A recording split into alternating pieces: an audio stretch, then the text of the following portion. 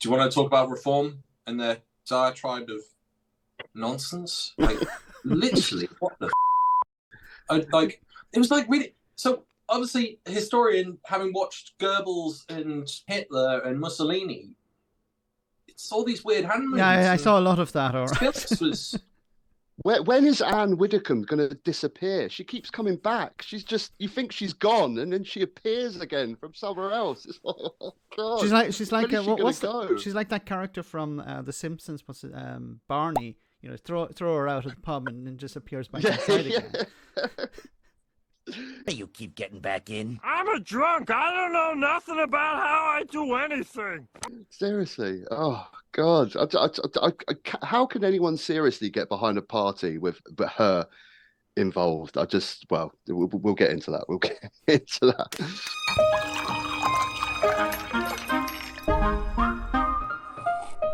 Good morning, everyone, and welcome to another Sunday Roast.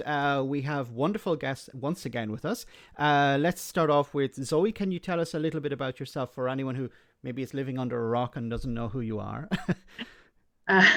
Thanks, Max. Thanks for having me, guys. My name is Zoe Gardner, and I'm a migrants' rights campaigner. Fantastic. Van Man Talks, can you tell us a little bit about yourself?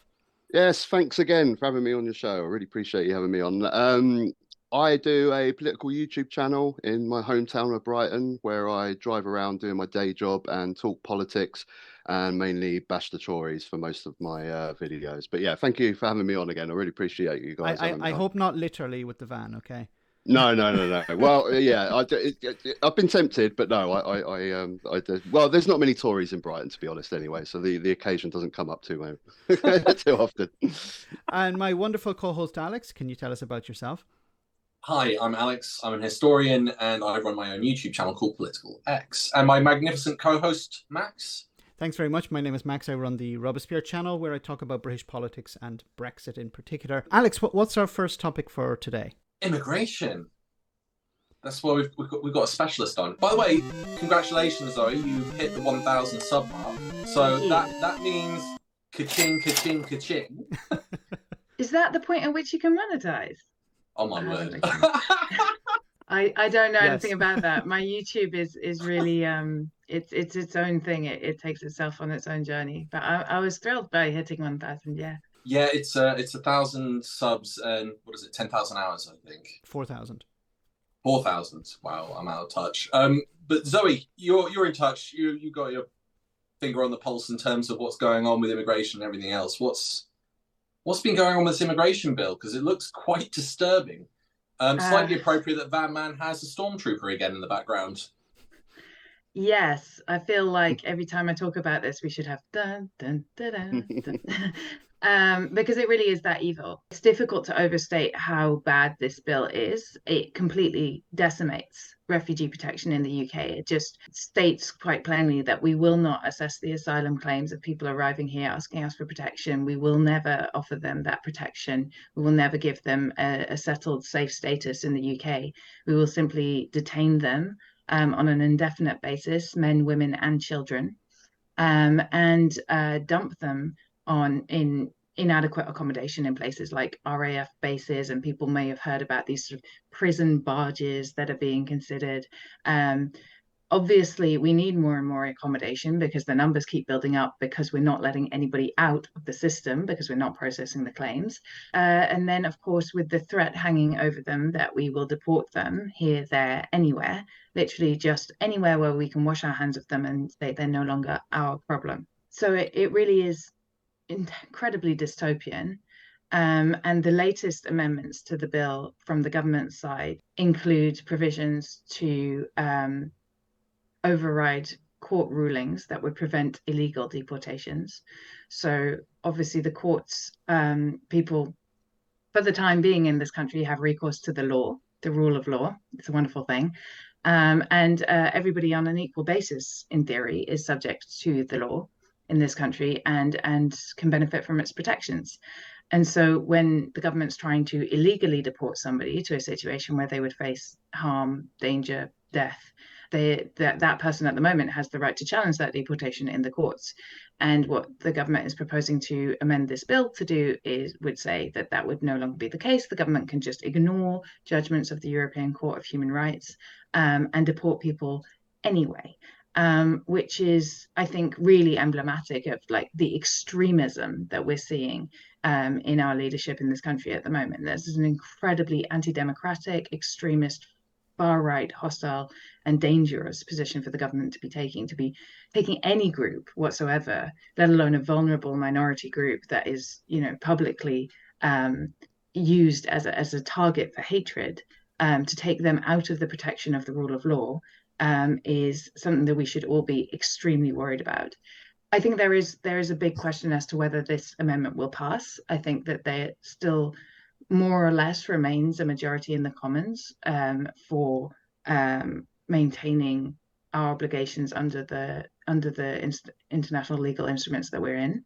So it may not pass that amendment. The bill overall, in all its cruelty and hideousness, will still pass. And I think that we should take this as an indication of where the Tory party is going and what grounds the next election will be fought on, which will be around withdrawal from the European Court of Human Rights. Brexit Mark II, Electric Boogaloo, let's follow Putin's Russia out of the jurisdiction of human rights so that we can really bash them foreigners. It's going to be nasty. It's already horribly nasty, and the bill as it is will pass because of the Tory majority and because of the fact that any Tory who ever had a soul has definitely sold it already. They hope that this will save their political skins, so they will pass this bill, even though it won't obviously solve the issue of irregular migration, but it will cause enormous harm. So that's the situation we're in. Good morning. Wonderful. Can I ask a question, Zoe? Is there because the Tories have threatened to pull out of the European Convention on Human Rights before, even if you look back I think it was in 2012 or 2015, they were threatening to do this. Is this an idle threat, or is there a real threat here? Is there a real risk that they would do this? And because of, for example, the Good Friday Agreement and the Human Rights Act that was necessary to protect the Good Friday Agreement, is there a possibility that the European Union could stop the UK in a sense, or put pressure on them not to leave the European Convention on Human Rights because of the TCA or because of the Good Friday Agreement? Yeah, it's a good question. I think it sort of goes to the heart of why I think that in this case, this amendment probably won't pass, because that level of complication is something that, some Tories still understand and recognise that it's an enormous constitutional upheaval, to put it mildly. What I think is the case is that you have sort of the rabid extremist right wing of the Tory party wielding an extreme amount of power at the moment. Suella Braverman, as Home Secretary, sort of if she is displeased by Rishi Sunak, she can withdraw the support of the right wing of the party from his government and bring his government down. And I think that while the amendment probably won't pass and be part of this bill, what we're looking at is, at the next election, there might be a leadership battle before then. If some ghoul like Braverman gets the leadership, then we're talking about a Tory party that might splinter into one end that would simply go that extreme, say withdraw from the international conventions.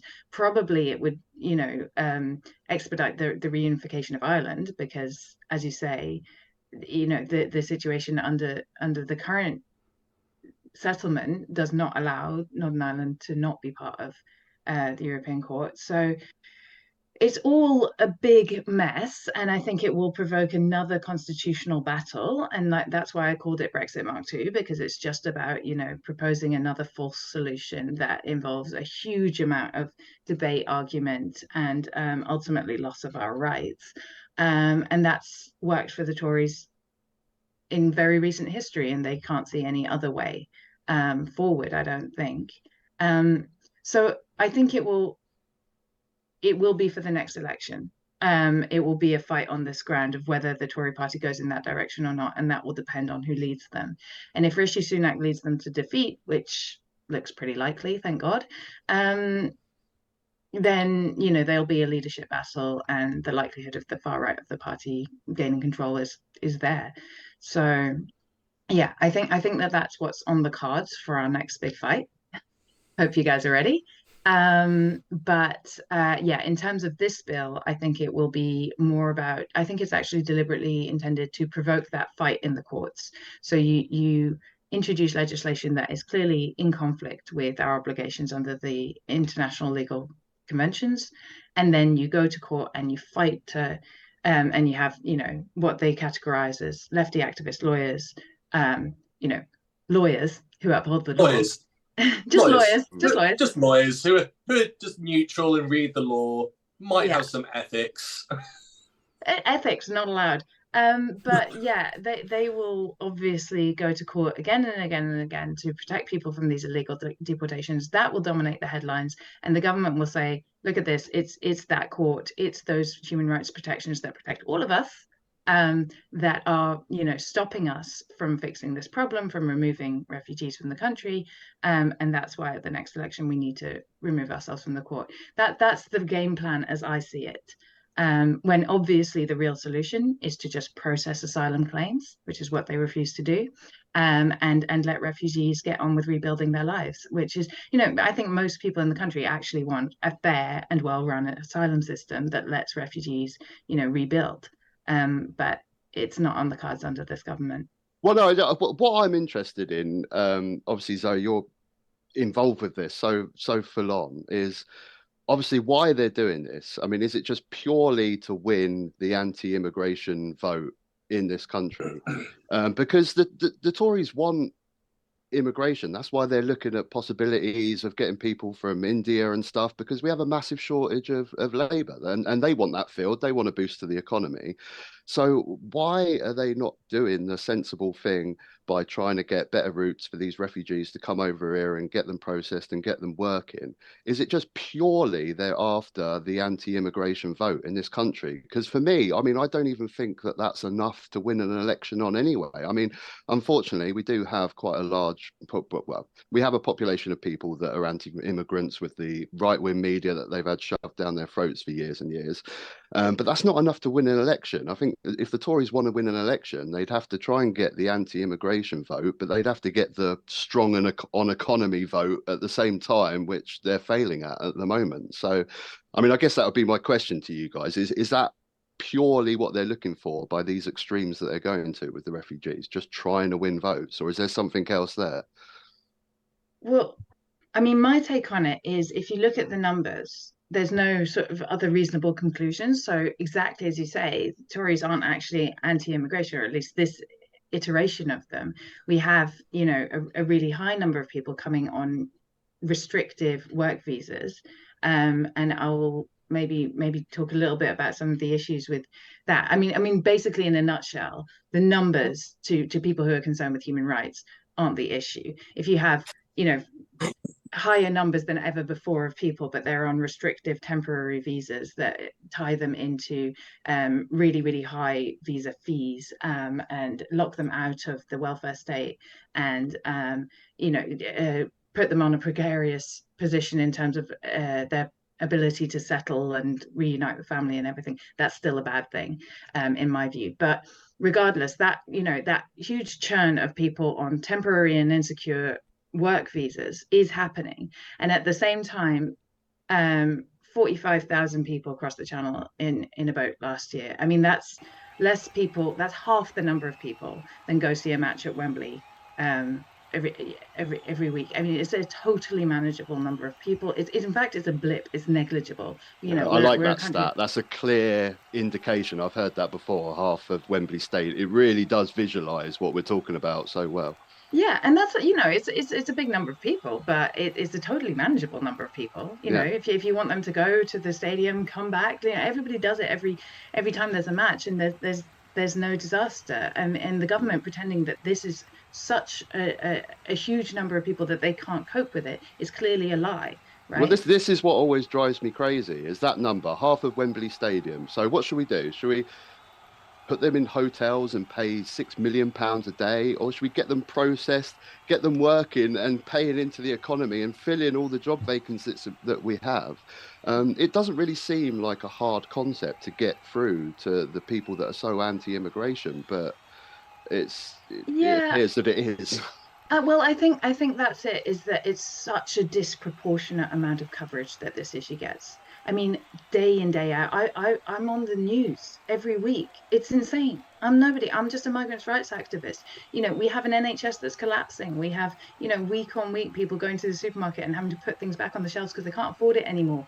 We have every area of the public sector out on strike because pay is so poor. We have a country that is basically in collapse, and yet day after day after day, those 45,000 people are the top story in the news. And this is a collaboration between the Tory party and the right-wing media to make this the issue that you will vote on, rather than any of the other disasters in the country. These 45,000 people, it's truly a masterclass in how people can be manipulated, because these 45,000 people do not affect you. They don't affect you. It's not a big deal. And if we, as you say, just process their claims and go on with it, this would not be a problem. And then what? We'd be looking back at the economy. We'd be looking back at the NHS.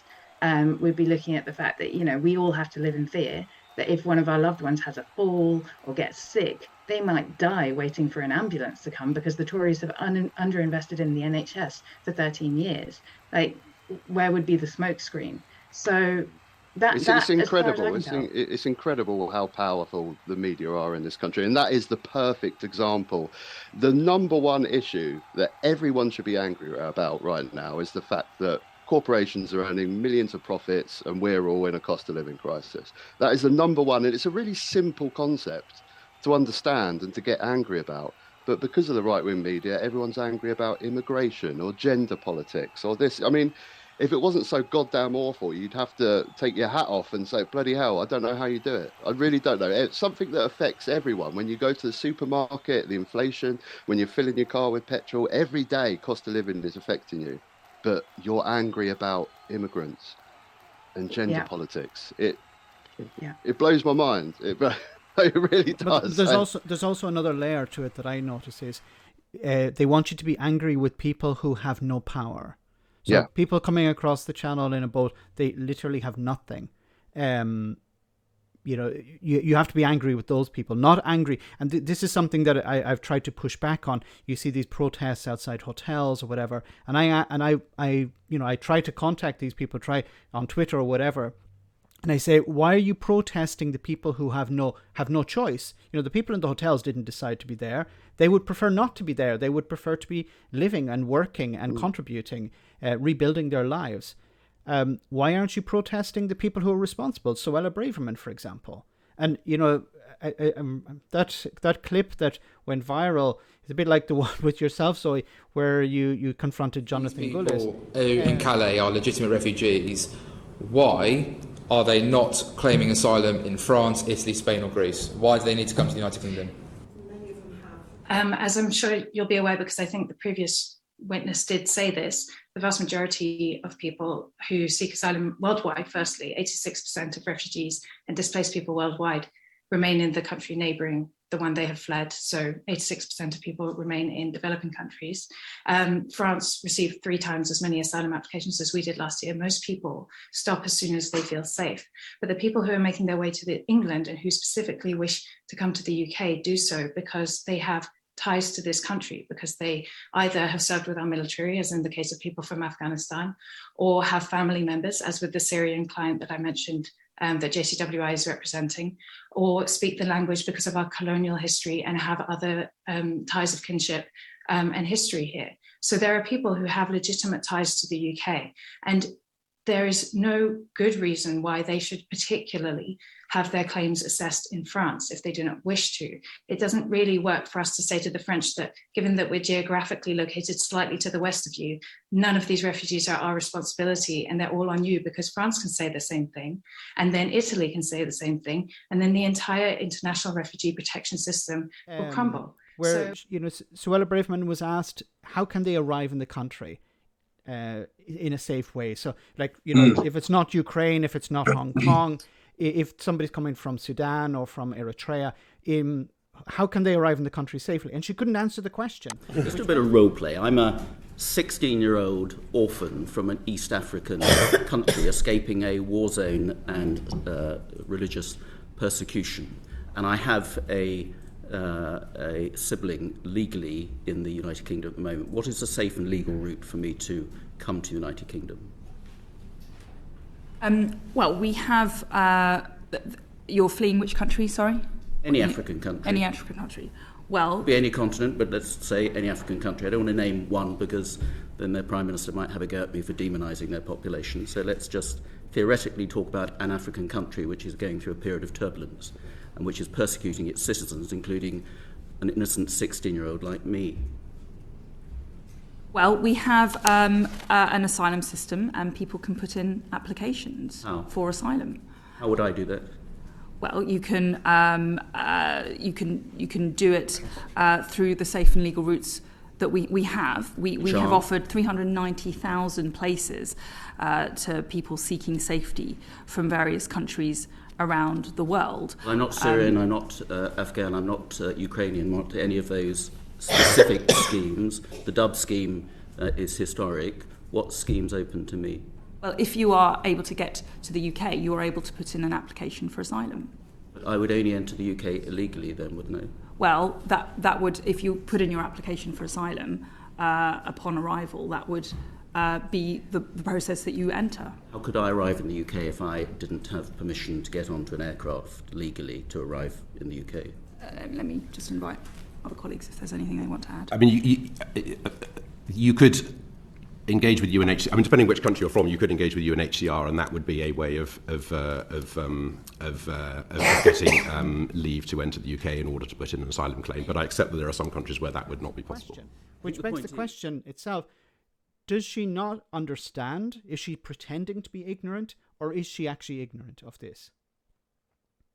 Oh, I think she understands. I think she understands. I don't think she's particularly bright, but I do think she understands that there is no way for people to reach us safely and that we put them in a catch-22 if we say that them reaching us through these irregular routes means they're illegitimate. I think, also it plays in, and she deliberately plays in her speech launching this bill in Parliament. She talked about how there's 100 million people apparently at our gate. She plays into this idea that the UK is the only destination. So when you talk about Sudan, your viewers will know that there's been a horrific escalation in the violence in Sudan. And everybody understands that people will flee. That is what people do. That they're threatened with death, their life is threatened, they move from where they cannot live and they'll go to where they can live. And the UK, with a history of having colonized Sudan and a strong and successful Sudanese diaspora community living here, will be one destination that people will seek to get to, and it's just a fact. But by far a minority will eventually make it to the UK. The vast majority of people who escape from Sudan will go to other countries, but other countries also have the same restrictions as us. So there isn't an obvious country of safety for anyone from Sudan. I mean, tell me the country that a Sudanese person can get a visa to at the moment in the whole of Europe, in the US and Canada. There just isn't one. So anybody escaping that violence is forced to make irregular journeys. It's completely unreasonable to expect them all to stay in the extremely poor countries that border those Sudan in the region. Inevitably, and this is the thing, it's completely inevitable that a trickle will reach us. And it is a trickle. This presentation of the issue as being like the entire world is at the UK's gates. It isn't true. And also that we can stop it. It isn't true. We cannot stop the small numbers of people who will reach the UK. Migration is life. It's just a basic human necessity. I do urge anyone who thinks that we can stop this to look at Sudan and ask themselves whether they would stay because the Tories have a border control system. And you can see that it's intolerable and it's not going to work. And as climate change, exacerbates catastrophes around the world, people aren't going to stay and burn because of our border systems. They will fight them, and this will lead to extreme violence, extreme suffering, and I mean violence on the part of the state. There's already extreme violence on the part of the state. If you think about what Suella Braverman is actually proposing, the mass deportation of tens of thousands of people every year, the extreme level of violence that is required to enact that, I don't think even your most stereotypical red wall voter has the stomach for that. Really, honestly, I don't. I think they've misread the public here. I mean, this is, a question of how brutal can we be? How brutal will we be until we accept that people move, and that the best thing for all of us is to facilitate that? It's interesting that you brought in how everyone's brought in how the press seems to be quite important here.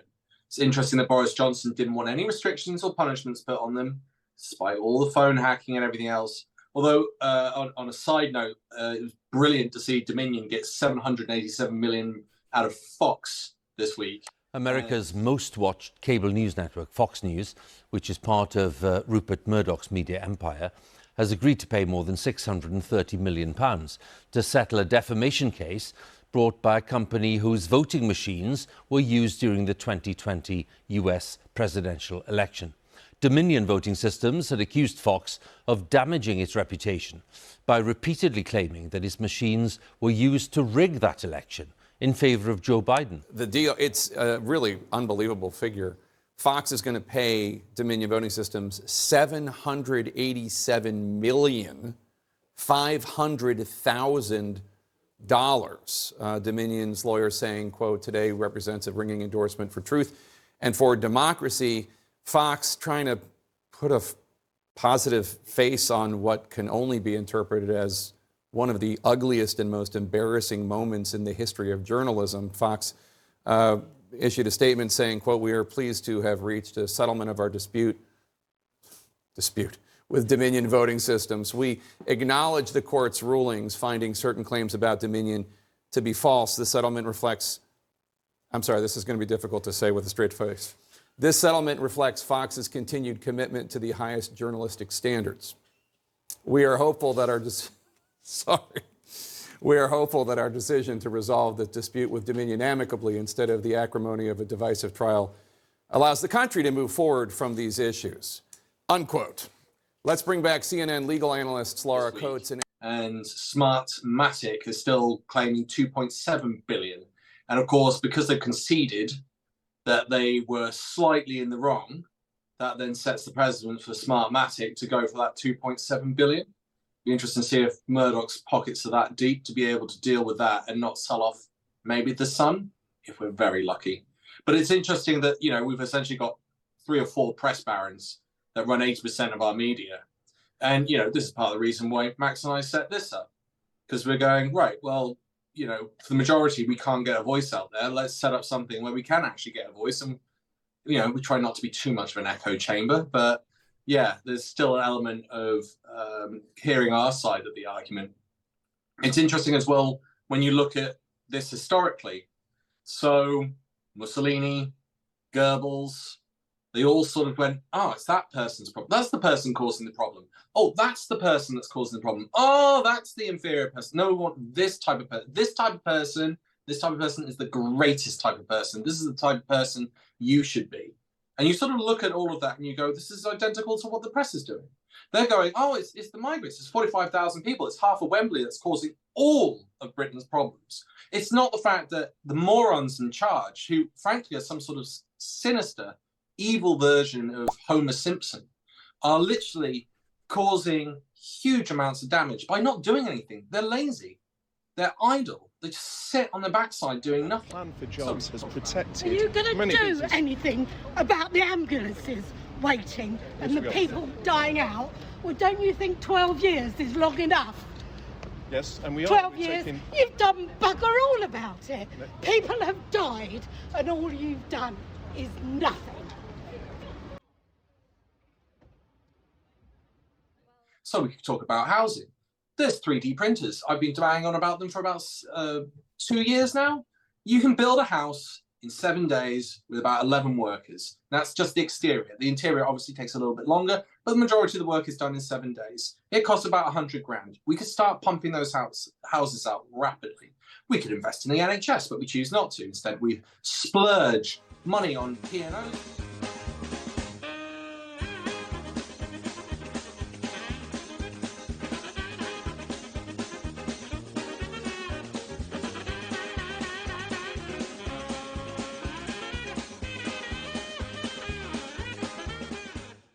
We paid a ferry company, didn't we? 39 million, who didn't have any ferries, to open up a ferry system in the Channel. We've paid off the Garden Bridge by Boris. That was another 30 million. What about the PPE that's being burnt every week? Yeah, 100 million a week, isn't it? I think 3.7 billion in total. So you've got all this money being wasted, but we're told we can't do that. And then we're told there's no money for all the public sector workers, and it will cause inflation. But no accountability for Liz Truss, having caused all of a huge number of problems, especially for mortgage owners who have had their mortgages accelerated and increased, which means it's just going to go on to the renters or to the owner of the property. And that then means there's less money in people's pockets. That means we can't get the economy out. We don't fix the NHS, same problem. You could get people rapidly looked after, or more rapidly. You know, imagine if it was a 2-month waiting list and it shrunk to a week. How many people would be able to get back into work quicker as a result? And they don't think along these lines. And they also seem to claim that the public sector would cause inflation. It's the private sector. I think the public sector is 17%. But the other interesting thing, and I'll finish on this, they're doing a lot of stuff that Mussolini, Goebbels, and Viktor Orban have done, and Putin. They're nailing the judiciary. I'm going to try my Italian, Max. So, leggi fascismi, I think it is. The most fascist law, which was basically to attack the judicial system and override it, or put in your own appointees instead of the system that we've got now, which arguably is based on merit. It's really disturbing. Britain is going not maybe down the Italian route, and Italy is all over the place at the moment. There we have, just to give you an example, there was an event where commemoration of an event. No, it's a different story. Here in Italy, the education minister wanted to push a story for teachers in Italy to promote, to commemorate the exodus of Italian soldiers. I think it was from Stalingrad. About how terrible it was that Italian soldiers were sent away from Stalingrad. It's a sort of idea that fascism. It's a sort of revisionist view of fascism going on here in Italy at the moment. How things were not that bad and stuff like that. It's extremely concerning, but it's been pushed through the education system.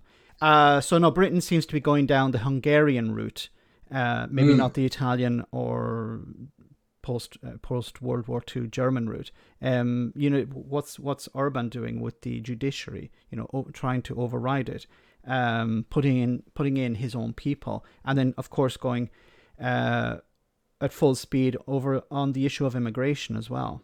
If large parts of the immigration is coming as a part of climate change, why isn't the government going, oh, let's be the leader, let's show we can lead the world? I mean, there's an amazing program that's been set up, and again, I've harped on about it for several weeks in the Southern Sahara, called the Green Wall, which is this absolutely massive initiative, which I think is somewhere in the region of like 15 billion trees is the aim across Southern Sahara.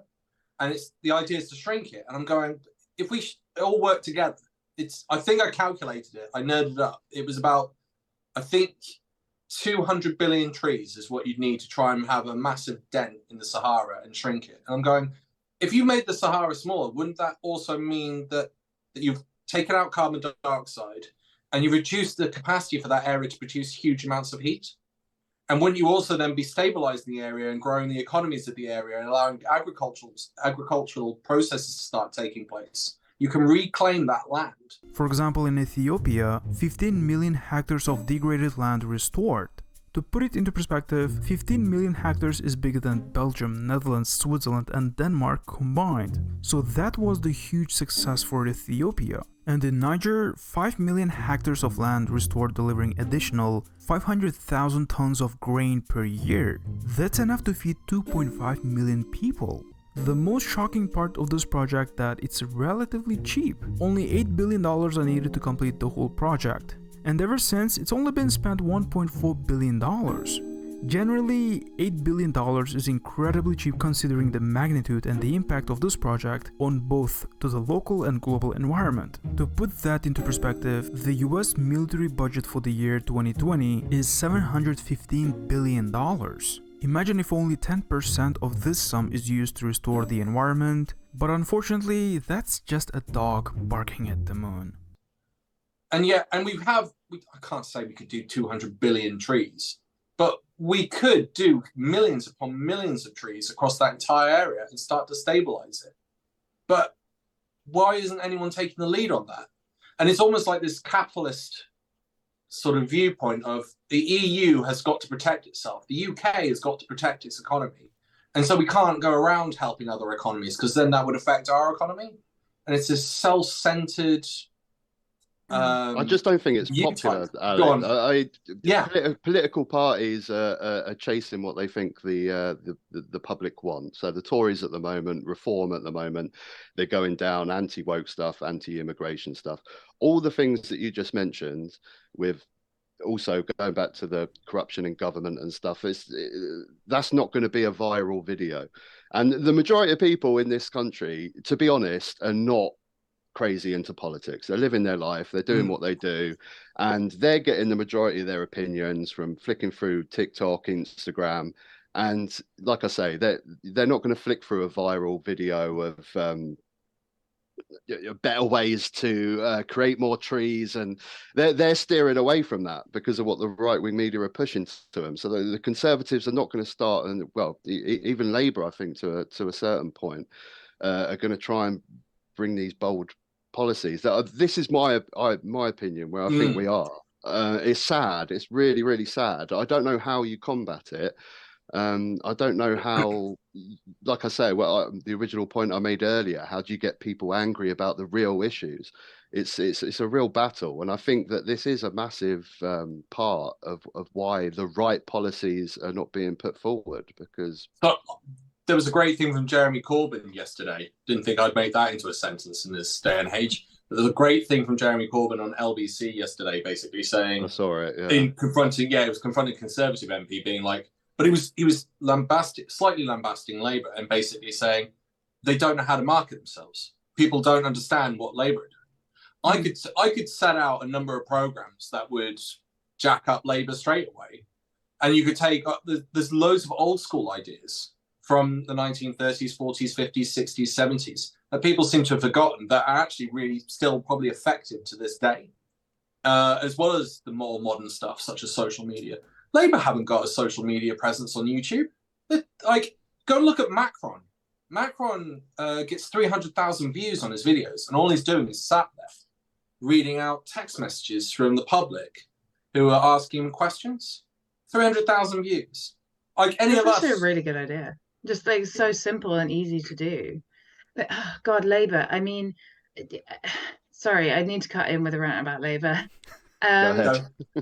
No, but I mean, I think it goes to what's been said is why are they still focusing on migration? It's because migration is not going to go away. They know the climate change is going to drive continued migration. There will always be, no matter how many horrific policies we enact, there will be migrants, and that they can therefore be made a scapegoat.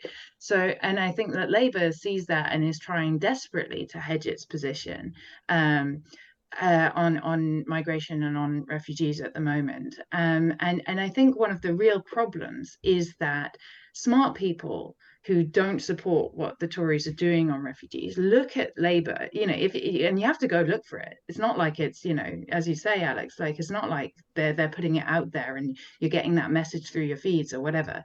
If you go look for what Labour's position on migration is, it's just completely unconvincing. because too many of the, even, you know, the well-meaning and the, you know, the rights-based positions, even if I'm generous enough to call Labour's position that, which, you know, give or take, are just unconvincing. You say, okay, we need some more safe routes for refugees. Okay, sure, great. I fully support that. What are we going to do? You know, like maybe we could introduce a safe route for people from Sudan, right? So what that would do is that it would go to the UN camps in Sudan, and it would say, okay, the UK is going to take 10,000 people. Show us your most vulnerable. And that would be brilliant. 10,000 of the most vulnerable people from Sudan rescued. Absolutely support it. Does it solve the problem? We all know it doesn't. Does it stop the boats coming? We all know it doesn't. We all know that the solutions for this have to be bigger and more ambitious, and they have to take place on an international scale, right? The UK on its own cannot fix the migration issue. It has to be done at the very least on the European level, if not on a global level, really. I'll come back in on that. So UK soft power, I can't remember the guys who run the stats, but there's a chart for who's got the most soft power. The UK is considered number 2 in the world, and its financial sector is considered number 2. The City of London is considered number 2 in the world. There's a lot of power there, and I guess like Van, you make a great point. How do you get that message across when all the media is doing is going, it's the 45,000 people, not the idiots in charge. It's not the billionaires in charge. It's not the mass media that's in charge. It's the 45,000 people with no power that are causing all of your problems. And I would turn around and go, look at Roosevelt. Look at the campaign he did in the 1930s. That was damn powerful stuff. And it was completely revolutionary for Americans who didn't have a social welfare program, didn't have a socialist system in place. It was very government sort of there to run foreign policy, raise a bit of money for tax, but not really interfere in lives. And Roosevelt came in, albeit in a bad economic situation, which can and cannot be to your advantage, and totally revolutionized what was taking place in the United States and got in 4 terms. I mean, again, Corbyn claimed yesterday that a lot of people like the Labour policies. And it's as Zoe said, like, go big or go home. No, that would be my perspective on it. Show people that this is how you solve the problem. We can't do it on our own. And this is why I think most of us are like, please rejoin the EU. This is a decade of wasted crap that you've thrown at us and lies. I don't know. I mean, what are your thoughts? Yeah, can I just be the fly in the ointment here, because unfortunately, and maybe it's the cynic coming out. I fully support these ideas. I fully support this, going big. But the problem, if you look at what, as you said, what Roosevelt did in the 40s, 30s, sorry. But also if you look at, and I'm really critical of it now, and I think many people are, but if you look at Barack Obama's message in 2007, 2008, was hope and change. So we're going to do something different. We're going to do something big. Unfortunately, didn't achieve a lot on that. But the problem I see in Britain is that you have a tail wagging the dog situation. You have the Conservatives and you have the Labour Party chasing these marginal seats. So you have 90% of the country supports Labour policies. Yeah, we want to be. We believe in being open, welcoming people. We support the NHS. We support so many things. But the problem is these marginal seats that both parties are chasing after, and they're afraid to talk about rejoining the EU. They're afraid to talk about nationalising the NHS because it's been pretty much privatised at this stage. They're afraid to talk about welcoming refugees because they're afraid that, okay, if we say we want to welcome people, this is going to upset these marginal voters, and they're going to switch to the Conservatives, or the Conservatives are afraid that they're going to switch to Reform UK. So they're going, you have Labour moving a little bit to the right when it comes to immigration for these marginal seats. This is what I see. And then you have the Conservatives moving to the extreme right to avoid losing support to Reform UK. And the problem with parties like Reform UK is they know they're never going to get into power. They're not actually providing solutions that they would actually try to implement. It's only about pushing the Conservatives further to the right because of their donors. They want small government. They want lower taxes. They want to crash the economy because they're going to benefit from it. So and the problem it's our electoral system, isn't it? Yeah, that, yeah. That's always creating comes that. back to first past the post, doesn't it? It does, Every yeah. single bloody problem in this country always comes back to first past the post. It's terrible. Well, it is so true. I completely agree with you, Zoe, about Labour should be so much more bolder on immigration. They should be in a position where they can just go, look, forget the anti-immigration vote. It's such a small margin anyway. Let's be bold on real policies to help immigration. But as we just said, it always comes back to first past the post. And Max, you're exactly right. They have to chase these marginal seats, don't they, to become elected, especially with losses in Scotland. And I don't think the West Country core Tory vote will still go anywhere near Labour or the South in general. They still have to chase these marginal seats. But sorry, Zoe, you were about to...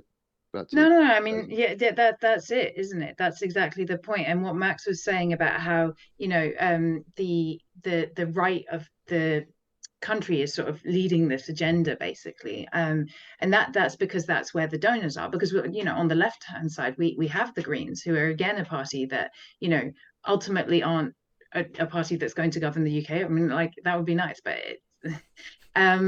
and they have much more progressive policies than Labour, and certainly, obviously, on the environment, but also on migration and on social economic policy and on housing, right?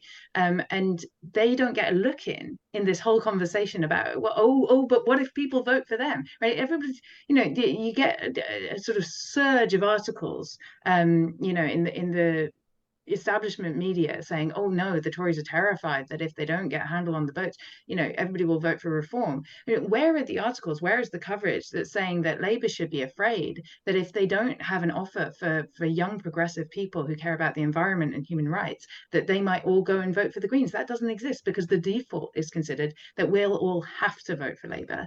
And the conversation is completely skewed. And I think, it comes back to what we were saying about the media as well, that we have an unequal media. But I do think that, Alex, you're right to draw on like historical examples where things have gone differently. And Max, about Obama, like, I agree with you that he didn't achieve much, but his campaign was fucking amazing. Sorry, am I allowed to swear? It's happened. It's happened. You can't go back. And I think also when we look, at Corbyn, who, whose leadership of the Labour Party, a lot of us had major issues with, but who had domestic policies that I think were extremely popular, as well as being extremely necessary in terms of redistribution of wealth, in terms of housing, especially homelessness. And that campaign was effective, and in 2017 really made headroads, and people got behind it because it was a big vision, and it gave us this idea of a momentum for change. Now, obviously, what the current Labour Party is terrified of is that if they try to go down that route, they'll be punished in the press like Corbyn's Labour was, and that legitimate issues with Corbyn's Labour were then obviously made into an enormous attack onto his leadership, to delegitimize him and to make it completely impossible for him to win an election. And that's what, again, that power of the media to discipline people, and to keep them within a set of narrow horizons where we can't really change things. And I think, sorry, just because you made me think of it, Alex, and it's a bit of a non sequitur, but you're talking about policies from the past that would be popular and still necessary. If we think about what we take pride in the UK, there's a brilliant book. I haven't read it. My partner's read it, and then he's been like quoting from it over and over again about the history of social housing in the UK, because it would be good to put the name in, because it's really good. Basically, it's about how social housing was invented in this country, and it was invented by this country pretty much, and a history that we should take a huge amount of pride in, but that we've completely let go to waste and ruin by this Tory government and successive governments actually previously stopped building social housing, stopped promoting the actual benefit and this proud thing that we do to provide for people in our communities by providing housing that is decent and that is livable. There are historic things we can draw on that could be effective. There's a really interesting thing that you just made me think. We could have built something with that Garden Bridge money. We could have built some massive social housing project to really show that it can work. And instead, and also all the hundreds of derelict houses that are currently doing absolutely nothing. Thousands of different towns and cities have just got derelict terrace houses that are boarded up and doing absolutely nothing. Bit of investment. I was going to ask Bandman, do you want to plug Caroline Lucas's, Well, Caroline Lucas.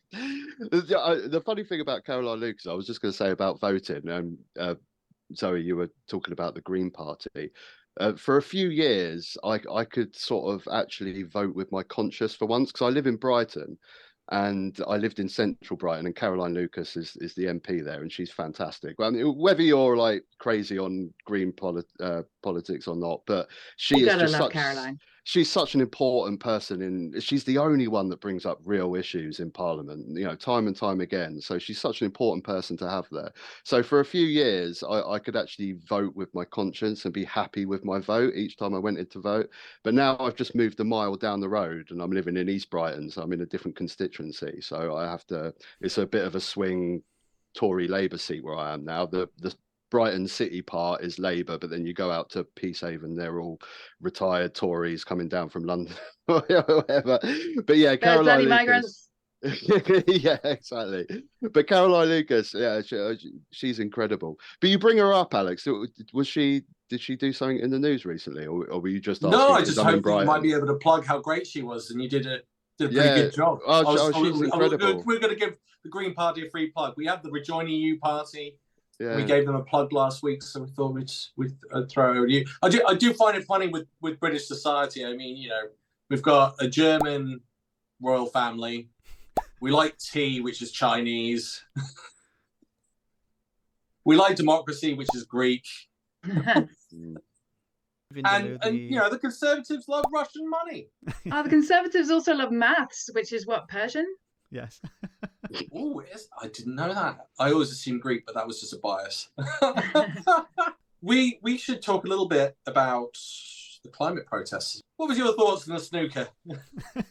Well, I unleashed a fantastic joke earlier, but I think it was before we started filming, so I'll have to repeat it again. I was just really wishing that I could have heard the snooker commentary as the Just Stop Oil protester got on the snooker table. And if anyone knows where that footage is, because I know it's there somewhere, I need to see it, of the commentating of the snooker. And now we have a Just Oil protester who's getting up on the snooker table and producing some orange dust. I'm sure that's exactly how it went. I don't quite know what that was for.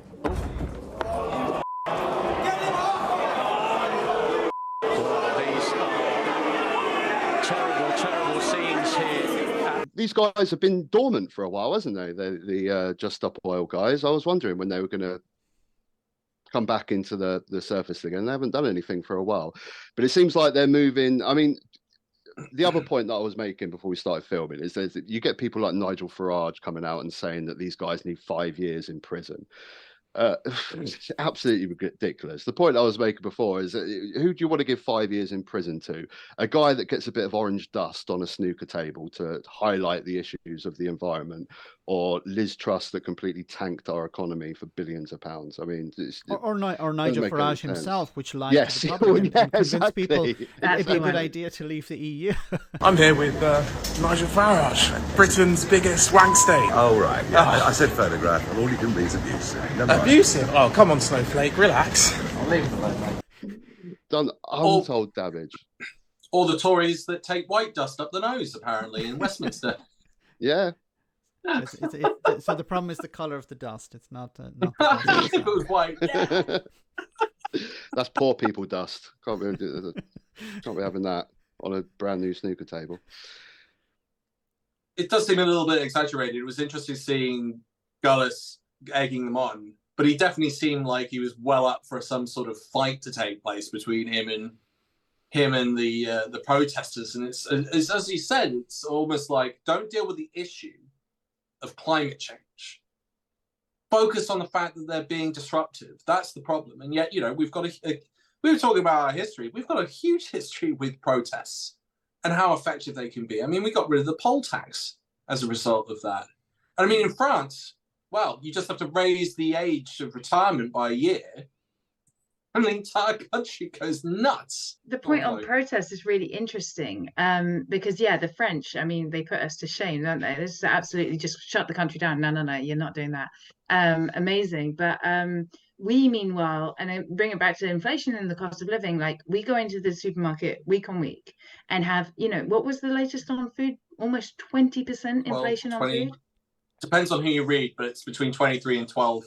But I would say there's some items that are probably jacked up by 50 to 100% in less than a year, which is an enormous increase. And we're literally, I mean, even people like me who are very fortunate, having to recognize that like the cost of just eating the way I used to has become almost unsustainable. And it being a real challenge, and obviously for poorer households, that being like just completely unmanageable. And we kind of treat this as if it's some kind of natural inevitability. Now, migration, not a natural inevitability. No, we could definitely stop that. But price rises and supermarkets profits being astronomically high, just kind of something that has to, we're just going to have to tighten our belts. We're just going to have to get on with it. We need to stop being such doormats. Price controls for basic necessities is possible. It makes you wonder how the government have managed to do that. I mean, in France has got the French Revolution. It's got that huge section of history that goes, right, if you had enough, get out the streets, go smash some stuff up. I mean, they did the same with speed cameras. They smashed up all the speed cameras when they were introduced. Here we were just like, oh, speed cameras, okay, that's fine, don't worry about it. No, I just say I slow down as I get close to it and then move on. Yeah, you're talking about a country that has keep calm and carry on as their motto. I mean, this is just us, isn't it? This is what we do. We're like, oh, cost of living, we'll deal with it. And we've also seemed to, what I've come across with a lot of people, we've gained this anti-protest or anti-strike culture where anyone's just deemed as lazy or they should be at work. Or I get this so many times. I've had so many conversations with friends of mine that are just so anti-protest, and especially with junior doctors striking at the moment. You're on loads of money, what are you doing? But you can't seem to get the concept across that, look, this is government mismanagement. The amount of money, what would you rather have? Junior doctors paid like they are in Europe, or Liz Truss wasting away millions of pounds, or a test and trace service 32 billion that doesn't work? It's all about how the government spend the money. This is why these people are striking. And even recently, like another thing that clicks my brain, have you guys been seeing the adverts for the new voter ID? Does anyone have the figure of how much it actually costs the government to introduce voter ID? The advertising, the cost to get these new voter IDs out to people, it's got to be a fair, hefty amount. It's another thing. Whenever I see these adverts, I'm like, well, I'd rather pay junior doctors more than have a voter ID. It's just all about where the money goes. But there is definitely a culture in this country of really being against protest and striking. I don't know where it started, whether it, because we all seem to be pro minor strikes in the 80s with Thatcher, but somewhere in between that, the public opinion has gone to damning striking and damning protests. I don't know how that started. Yeah, I think that's a really good point. And I mean, all power to everybody who's been out this big weekend, the big one with the Extinction Rebellion, to protest about, inaction on the climate catastrophe. You've got my support, at least if you don't have the sort of mainstream media support. But I think that it speaks to why people from like Just Stop Oil have to do these sort of wacky stunts that, a lot of people sort of look at them and say, like, I don't get it. Like, what are you doing? Because it's guaranteed to get you in the news. And I've seen they have a few really skillful spokespeople who will insist when they're being interviewed, like, oh, why are you climbing a bridge? Why are you throwing paint at something? They will insist on saying, why is the government not addressing the climate catastrophe, and turning it around. And if they can continue to train their spokespeople to, like, it's not always easy when you're being interviewed like that, to force the conversation back onto climate change. But when they're not doing these protests, we're not talking about climate change. Exactly. Why have we never seen anyone from BP or Shell or any of the other oil producing, gas producing, or all the countries that produce it in large quantity? Why have we not had the ambassador for Qatar on and being interviewed and grilled about all of these things? I've never seen them. Has anyone else? Am I missing something here? Head of BP doesn't have to do media interviews. I was going to say, yeah, they wouldn't want to. Why would they do that? Why? Accountability? Nah. Something that you brought up was interesting, again, about the right-wing media and climate change and stuff. You know, it still does boggle my brain that the right-wing media is so anti-climate change, but then so anti-immigration at the same time. And these two are obviously going to come together at some point when sub-Saharan Africa is uninhabitable and everyone's going to descend north. It's so bizarre. It's so bizarre that these two are not entwined with it, that they're obviously going to hit each other massively, and the right-wing media are against both. It baffles me. It really almost does. reminds me of the reservations from the Native Americans that the Americans built, where they tried to find the area of land. The American government at the time tried to find an area of land that was just a wasteland, and then they forced them to stay in the wasteland. And the reason they picked a wasteland is because they were so concerned about miners or prospectors turning up and taking the land and going, oh, there's gold there, let's dig that up, or there's like money to be made from all this arable farmland. They literally stuck them in reservations and forced them to stay there. It almost feels like we're doing something similar. Oh, your area's burnt out, you can't grow any crops. Well, that's your problem. Don't come to us. And you're trying to escape. Oh, we'll send you back there, or we'll send you to somewhere equally as bad. And that it feels very repetitive. Well, that's it, isn't it? They don't care. They don't care as long as they're selling their oil. And you know, Rupert Murdoch, who we had recently in the news, I guess he just doesn't care. He doesn't care. He just I think we have two possible models for the future in terms of climate change. And one is where these people who have enriched themselves enormously create safe enclaves. It sounds like a sort of dystopian sci-fi, but it basically is dystopian. Create safe enclaves in places like New Zealand, and you know, and they cut themselves off, and they create a habitable zone with fresh water and with everything they need, and that the rest of us fight over ever scarcer resources and space and migration, you know, becomes a really serious major crisis. Or we can take stock of the direction that we're heading in and take power for ordinary people and demand that that the safety that we can still achieve in the face of the climate catastrophe is shared. And I think that we're like, you know, people always talk about a tipping point. We really are at a point now where one of those two directions is going to happen. Either the vast majority will suffer and die and become a lot poorer at best, if not, you know, lose their homes, and the wealthy elite will create themselves these enclaves of safety, or we will change the world and we will change you know, the protections and unaccountability of these oil barons, and you know, the people who are buying up water supplies around the world, and the people who are destroying our land. And yeah, I mean, it's always a rallying cry, isn't it? But like, you know, this is why I really support the protests that are happening this weekend. We desperately need to force a change in direction now.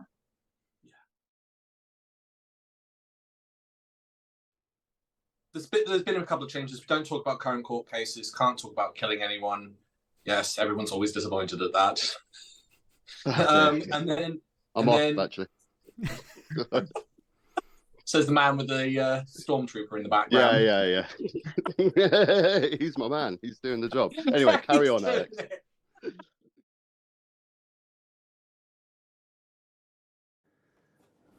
And now we have a Just Oil protester who's getting up on the snooker table and producing some orange dust. On that note, we've got to change direction. Bye, everyone. Bye-bye.